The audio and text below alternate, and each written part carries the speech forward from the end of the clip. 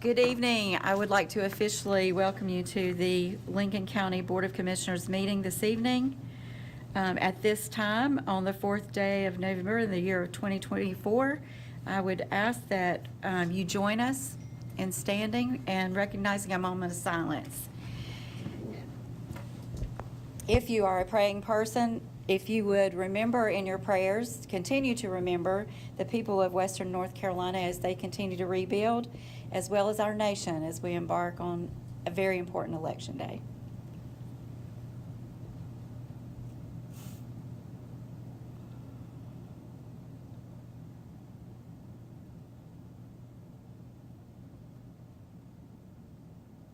Amen. If you'll now join us in the Pledge of Allegiance. I pledge allegiance to the flag of the United States of America and to the republic for which it stands, one nation, under God, indivisible, with liberty and justice for all. Yep.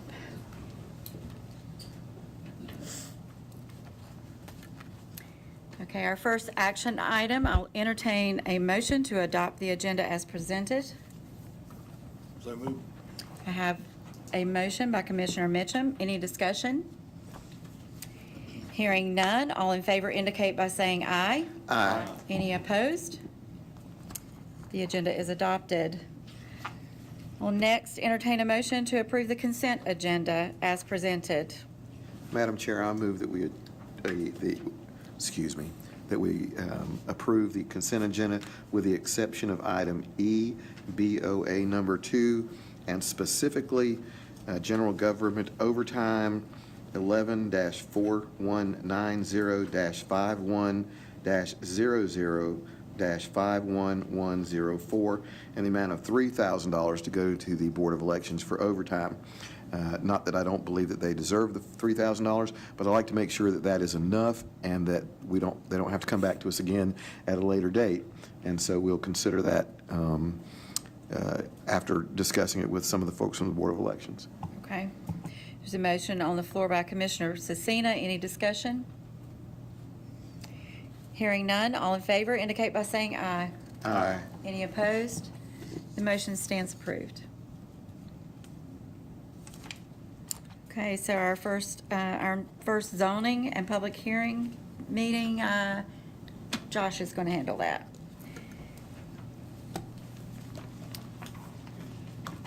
Good evening, Commissioners. My first time operating the new mic. Bear with me.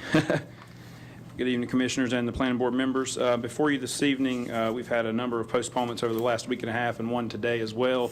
So we're down to just 2 cases, one legislative and one quasi-judicial. I'm going to turn it over to Megan Gilbert to open us with some procedural elements, and then we'll get started. Thank you, Josh. So tonight we will be hearing one quasi-judicial matter and one legislative matter. So the legislative hearing is a forum for expressing a public opinion about a project. The quasi-judicial hearing is considered an evidentiary hearing where the board must make a finding of fact as enumerated in the Unified Development Ordinance. These findings of facts must be based on competent, substantial, and material evidence in the record as required by law. Anyone wishing to speak at those quasi-judicial hearings must have standing under law and must be sworn in. So I need to confirm that no board members on either board have a conflict of interest in regards to the cases before us tonight. No member shall participate in or vote in a manner that would violate the applicant's constitutional rights to an impartial decision maker. Impermissible violations of due process include a member having a fixed opinion prior to the hearing that is not susceptible to change, undisclosed ex parte communications prior to any quasi-judicial hearing tonight, a close familial, business, or other associational relationship with the applicant, or a financial interest of the outcome of the matter. Does any board member have such a conflict? All right. Thank you, Josh. First case up before you this evening is ZMA number 741. That's a request from Jerry Towery. He's the applicant, and the applicant is requesting the rezoning of 1.26 acres from residential single family, RSF, to rural residential, RR. The property is located at 4766 Llama Lane, about 3,000 feet south of Shoal Road in the Howards Creek Township.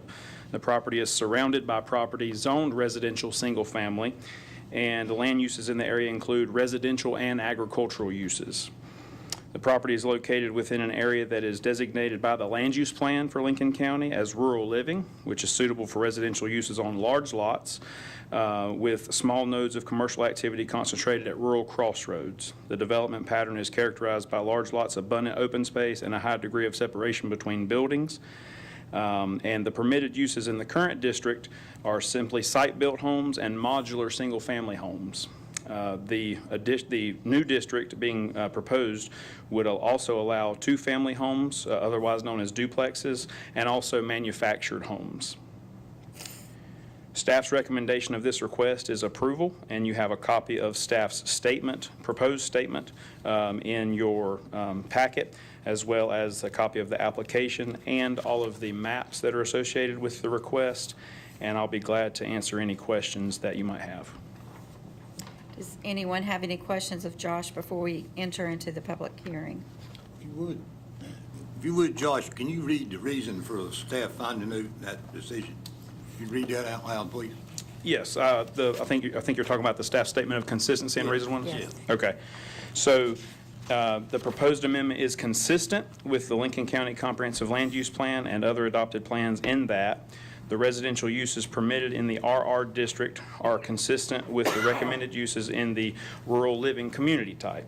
And the proposed 1.2.6 acre lot is consistent with the development dimensional recommendations in the rural living community type, and is reasonable in that there is a mixture of housing types in the surrounding area and a large RR district within 1,000 feet of this property. And before the property is subdivided, it's actually within less than 500 feet. Is that all, Carol? Okay, so I'll now open the public hearing, and the only person I have signed up to speak is Jerry Towery. Mr. Towery, if you'll come up and just state your name and your address at the podium.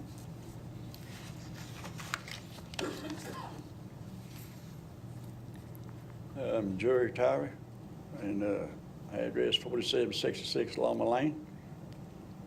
Do you have anything to add to what Josh said about your property? No, not Okay. that I know of. Okay, does anybody have any questions of Mr. Towery? No, ma'am. Okay. All right, thank you, Mr. Towery. Thank you.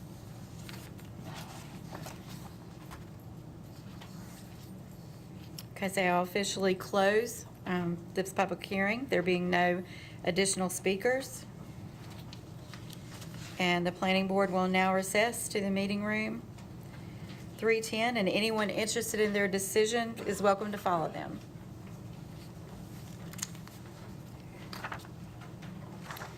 Our next case being quasi-judicial does not involve the planning board, so as soon as they have time to recess and settle, we'll begin with the next hearing.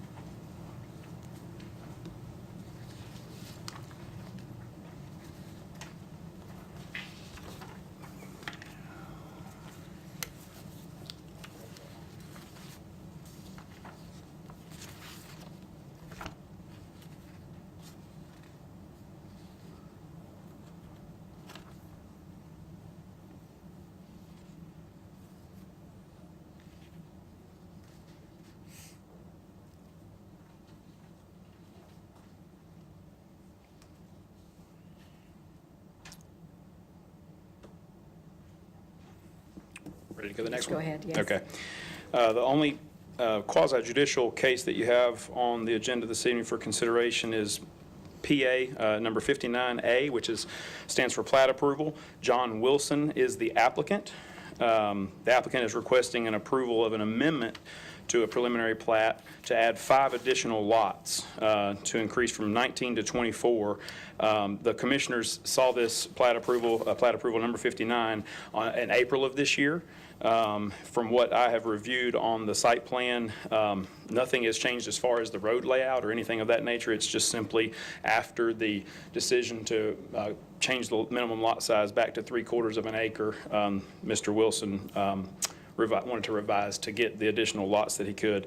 The proposed site plan shows a network of roads. It includes a stub to the adjoining parcel to the south for a future connection if that parcel is ever developed. The 22.1 acre site is located on the east side of George Brown Road.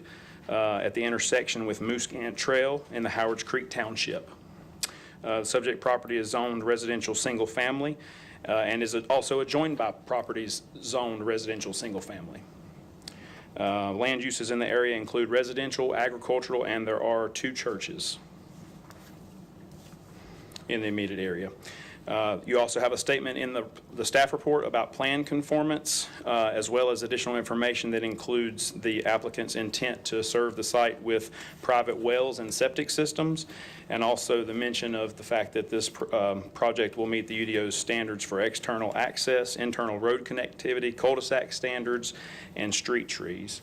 You have included in the packet the applicant's proposed findings of fact, as well as a copy of the application.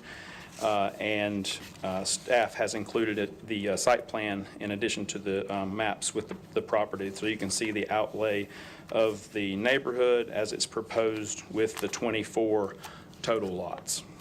And I'll be glad to answer any questions that you have, as well as the applicant is here.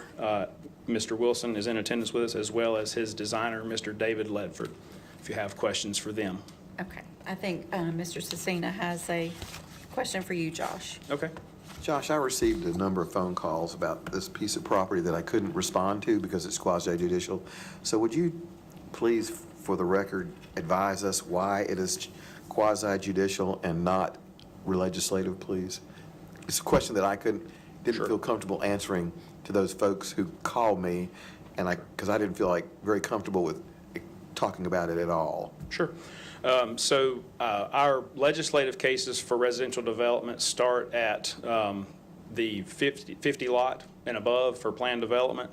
Anything below that is by nature of our ordinance is a quasi-judicial matter, and essentially what that means is that we're looking to make sure that they meet the basic standards in our ordinance, and it hasn't risen to the level of being considered a planned development. And so just by the procedural elements of our ordinance, it is quasi-judicial, and that's just a simple check on the standards.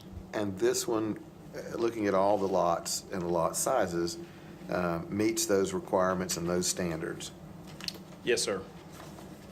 And we'll have an additional subdivision technical review committee meeting where the full engineering on this subdivision will be submitted at the time that it's developed after this, if this were to be approved.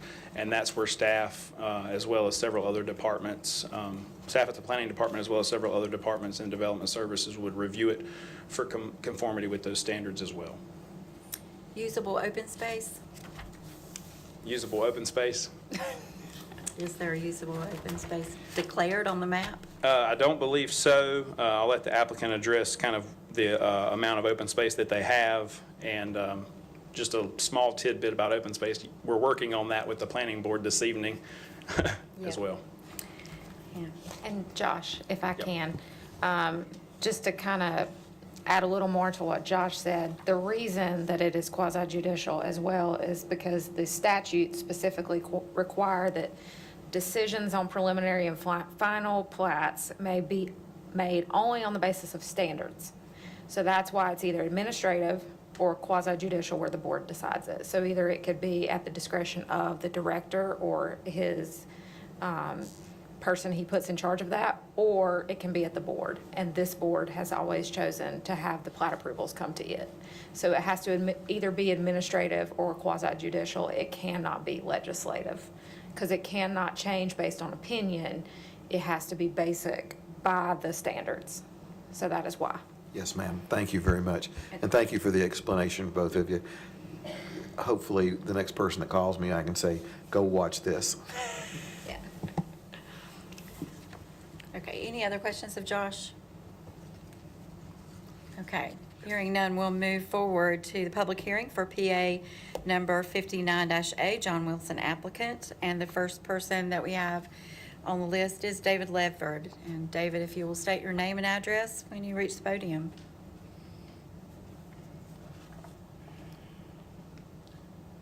Good evening, Board. David Ledford, 2730 Maiden Highway. And John Wilson, 7324 Reeps Grove Church Road, Vale. Okay. I like this new mic. It looks pretty. Handy, right? Yeah. Basically, the last time we were here, everything was 1 acre minimum. and went through this process before. After that time, shortly, y'all decided to change from 1 acre to 3/4.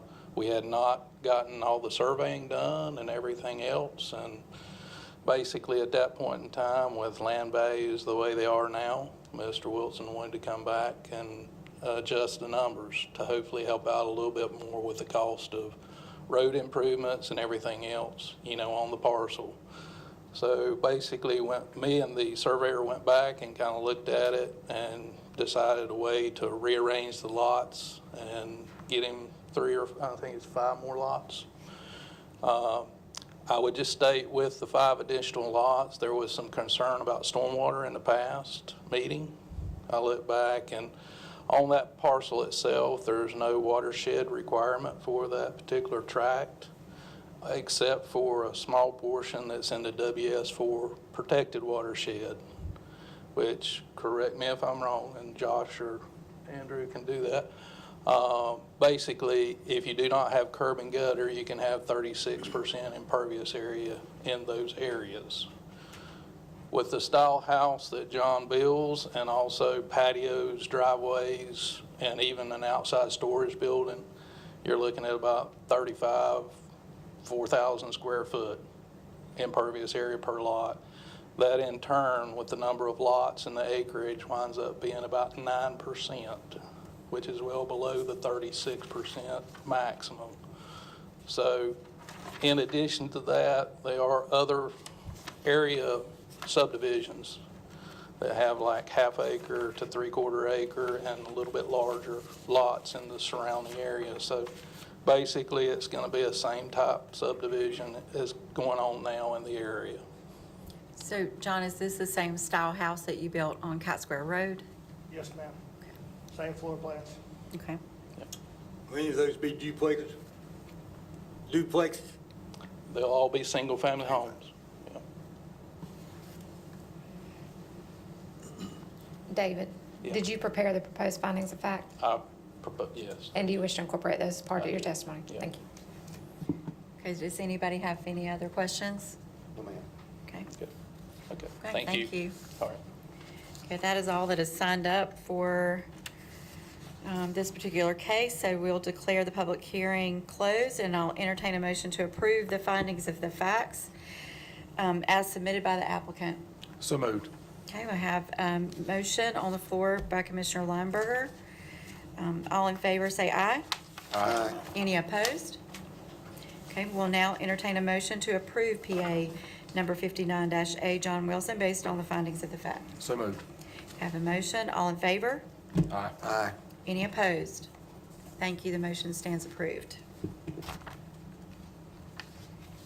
So our next item on the agenda is the interlocal agreement between the City of Lincolnton and Lincoln County, and Megan Gilbert, our county attorney, will take over from there.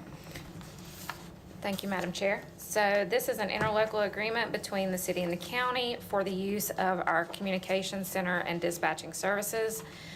Currently, the city pays the county $55,000 per year for these services. So on that budget impact, I should have put that this was a revenue of $55,000. But this allows for the centralization of dispatching all emergency calls in the county. We also do non-emergency calls for the city after hours, so public water lines, things like that, animal control, which we also handle for the city. But there will be an escalating clause for 2.5%. But this is something that has been around for a long time. The old agreement ran out, so this is just a new updated agreement. And it also includes the DCI servicing agreement, which is something we are required to have by the state of North Carolina for the use of the DCI services. So I will answer any questions you may have. Any questions of Megan?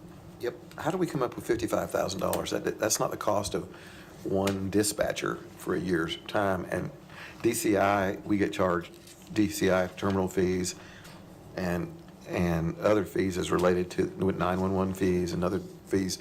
$55,000, and I'm not trying to start trouble here, but that seems like nothing compared to what it's really costing us. So I know this amount has been the same for many years. That's why there is now the escalation clause in there. I do not know where the number came from, but the DCI servicing and the licensures that come down from the state, the city police does pay their portion of that. So that is separate.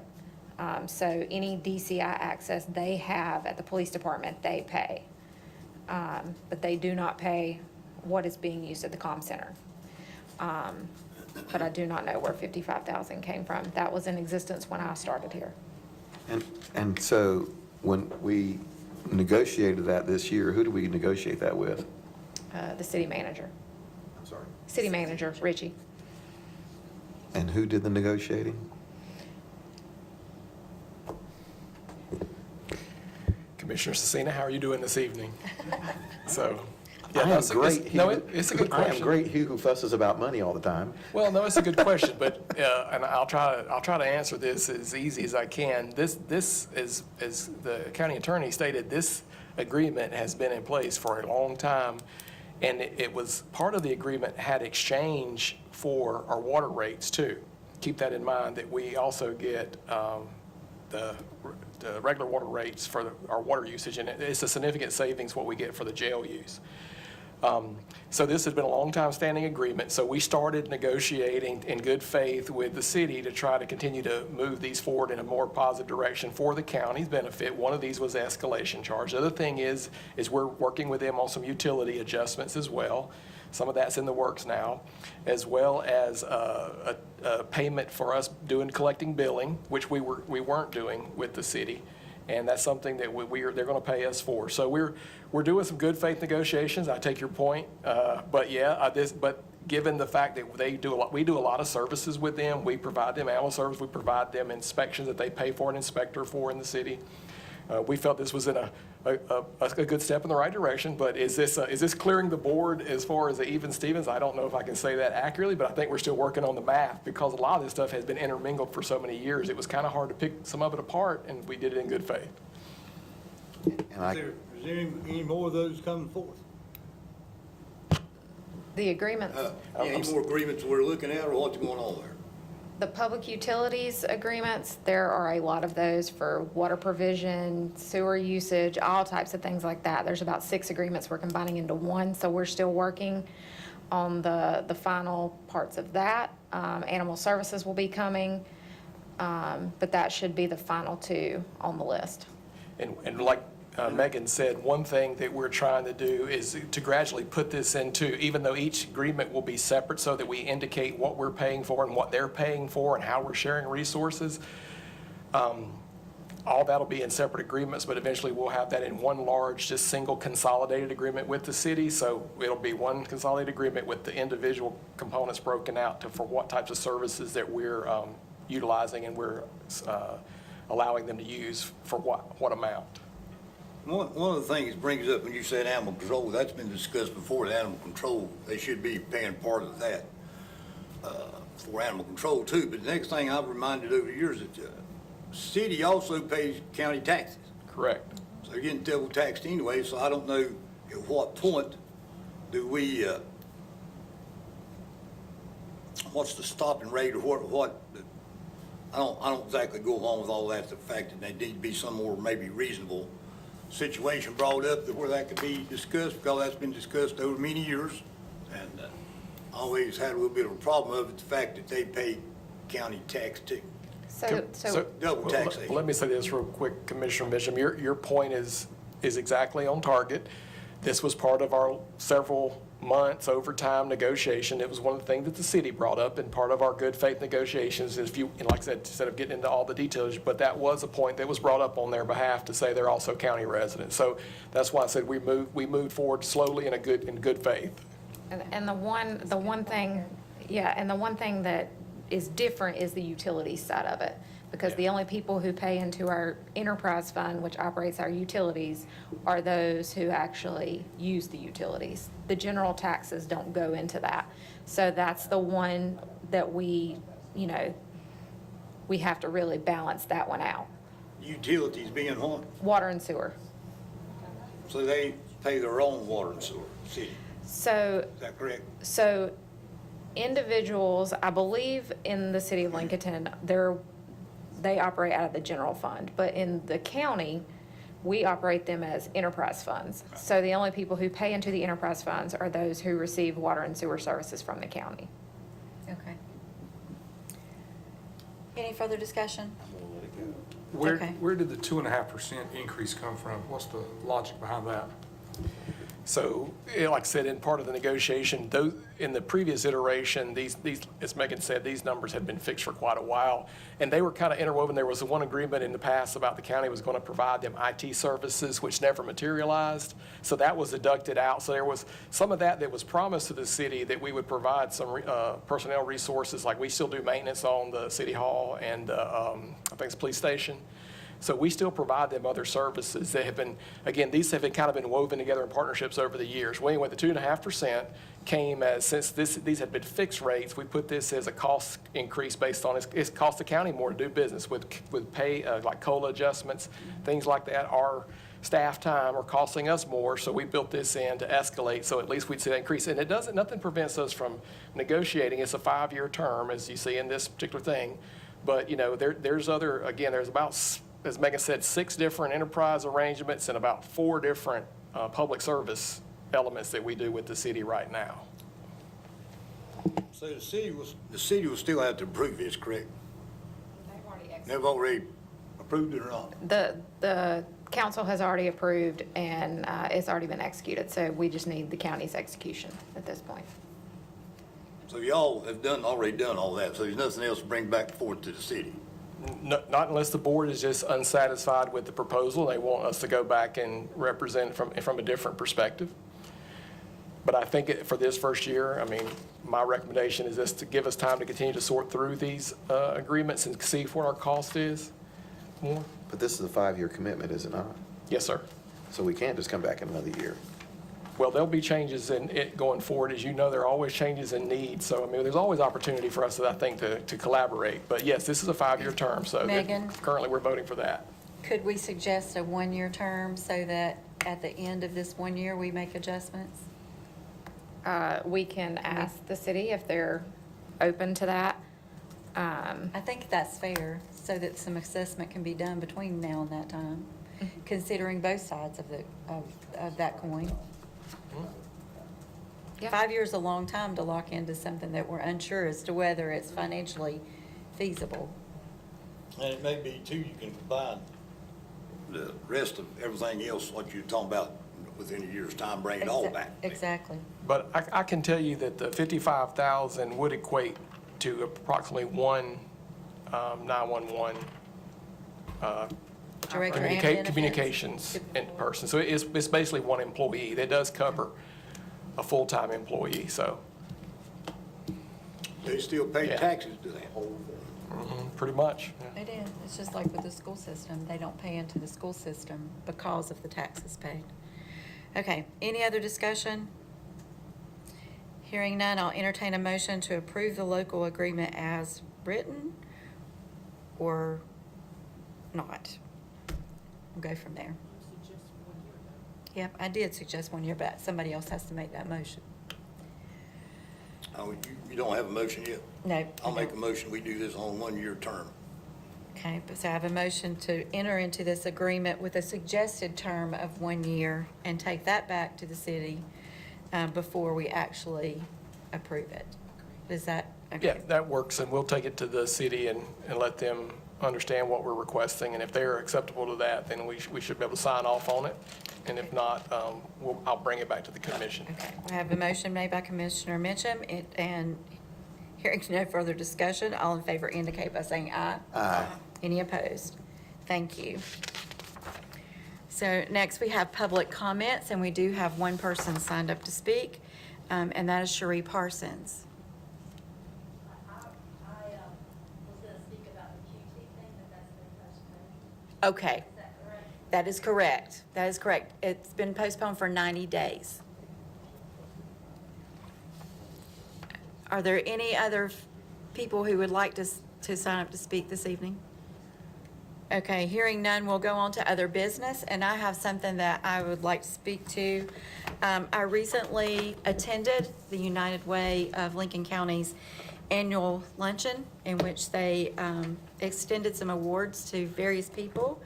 And because she was not able to attend, Vanessa Leon did not get her, her award, and her award reads, 2024 Stronger Together Award in recognition of her passion and commitment to community service, presented to Vanessa Leon. And Vanessa was not able to be there because she was deployed by State Emergency Services, if I said that correctly, to Mitchell County to help with the efforts there and to somewhat guide the communication that was coming from the area. So Vanessa, if you could come forward, I will extend your award that you did not get a chance to get. There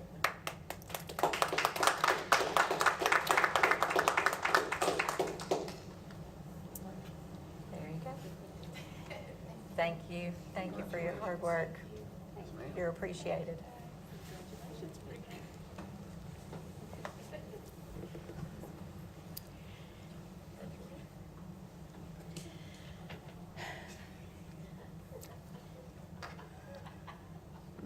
One other thing I'd like to add is that on November the 11th, the Rotary Club of Lincolnton is having a veterans program at 6:30. You're not doing that now?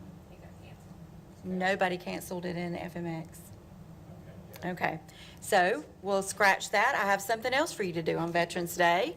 The parade is 11 o'clock on the 11th. As always, I'd like for you to invite you to come out and see the Veterans Day Parade, as well as at the Lincoln County Airport. There is a plane, a C-54, that was refurbished that actually participated in the Berlin airlift.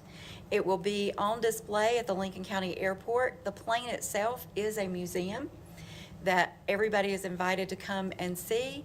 And then there will also be a toy drive for children of Western North Carolina, and Senator Ted Alexander will be flying out with that plane on the 12th. But anybody on Veterans Day is invited to come out and see that plane and the museum that it contains. Does anybody else have anything in other business? Okay. I do, just real briefly. Tomorrow is probably one of the biggest days in our nation's history. Voting tomorrow is incredibly important for those who have not voted already. But the folks in Lincoln County have voted, 70% of you have voted in Lincoln County so far, and that's historic. I mean, no one's ever done that before. But we got one more day, and I encourage you to get out there and vote. Having 70% of the voters already voted, it shouldn't be too bad for you to vote tomorrow. I'll be one, yeah. And I do want to thank Bradley Putnam and his group. They have been incredible getting all those people through. I went to the East Lincoln Community Center to vote there, and it was smooth as silk. I mean, parking, let's face it, parking the first day was terrible because of the issues we had at the parking lot and the hurricane and all that business. But nothing could be done about that.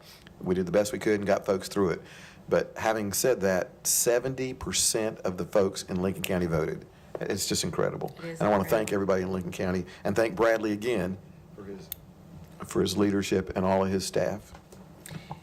Okay, with no other business, I'll entertain a motion to adjourn. So moved. We have a motion by Commissioner McCall. I don't think there's going to be any discussion. So hearing none, all in favor indicate by saying aye. Aye. Any opposed?